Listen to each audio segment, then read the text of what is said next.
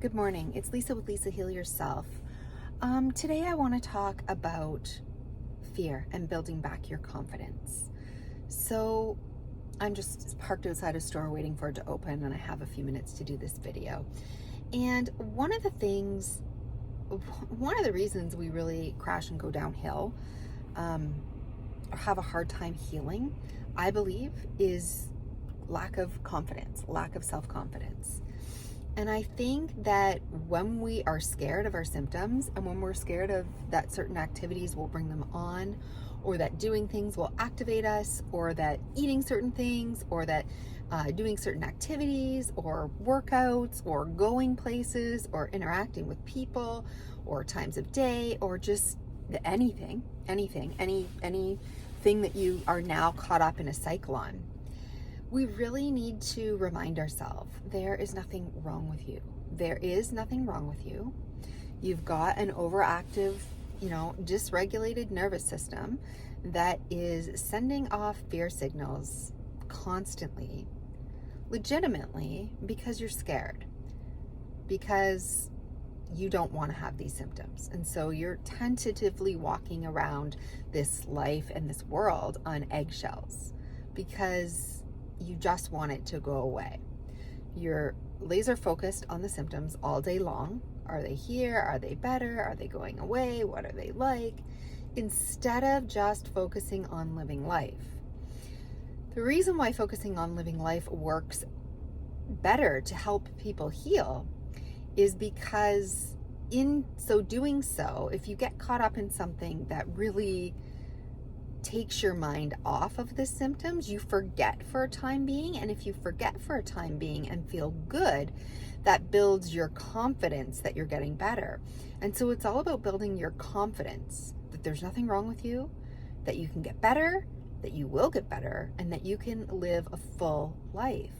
So I really think it's about getting our confidence back. I know we're filled with a lot of self-doubt, shame, guilt, fear. We're tentative. Our self-confidence and our self-esteem tanks when you have these symptoms. And, you're fearing every move you make, you're fearing your body. So I really, really do think it's important that you remind yourself a lot of the time, there's nothing wrong with me, and try to get engaged in activities, not as a distraction to oh, I'm not going to think about these. I'm not going to think about these. It's not that. It's like, let's live our life, and hopefully something is exciting enough or engaging enough that actually gets me focused on it and engaged in some sort of a flow state or a joy state or any kind of a state where suddenly the symptoms kind of go into the background. And when they go into the background, your brain thinks, oh, that's not as important anymore. We can focus on actually what we're doing. Oh, we're okay right now. And the more and more experiences you can have like that you feel okay, this builds your confidence. So it's almost a which came first, the chicken or the egg. Can we build our confidence while we're still having raging symptoms? Can we find ways to build our confidence?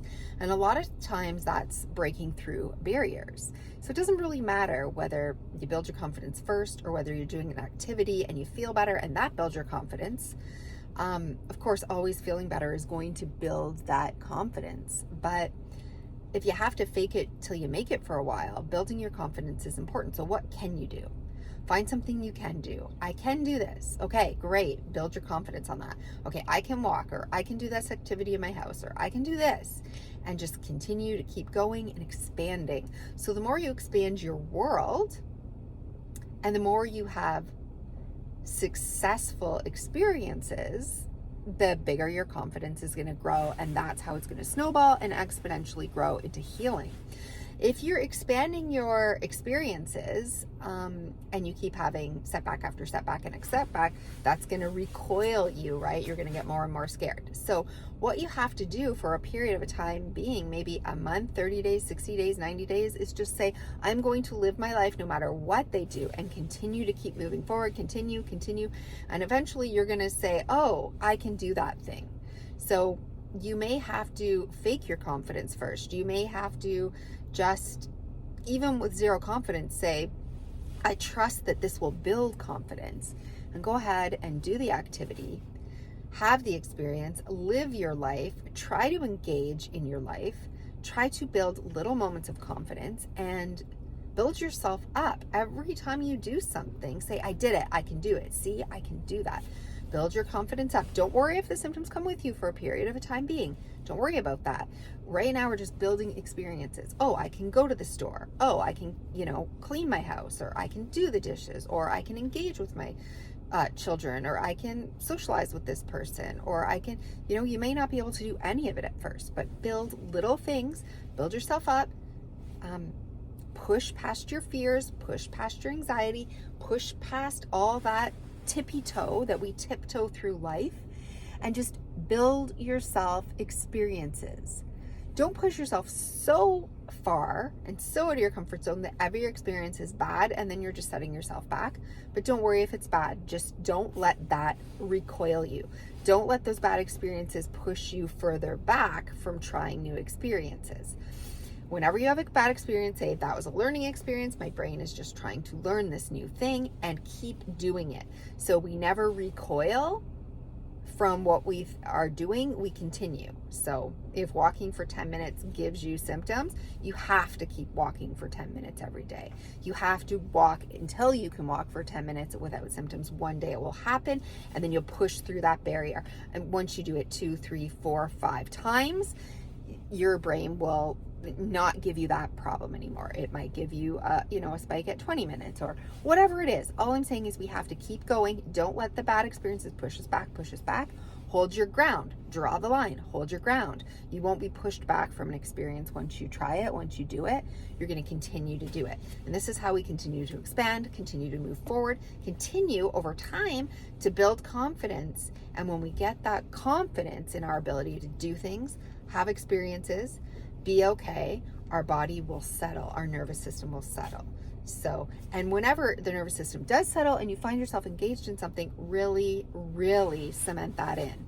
So it is a little bit the chicken and the egg scenario. And, at the beginning, you've got to just trust and work the process even with the sensations. So I hope that this video has been helpful. I hope that you can see the connection between fear and confidence. The link, building confidence, is, I think, one of the main ways to heal and get better. And it's tricky. It's hard to build confidence, especially when you do feel sad and worried and angry and it's just things aren't going your way. You have to really try. You have to build that self-confidence, that comfort level inside, that trust between yourself and your body. And you may fail, you may feel terrible, but you have to know that the confidence will come if you continue. You must continue. So we're never going backwards. We're not going backwards. We're not sliding backwards. We're only continuing to hold our ground, hold our space, and move forward. So I hope it's been helpful, and I will see you in the next one.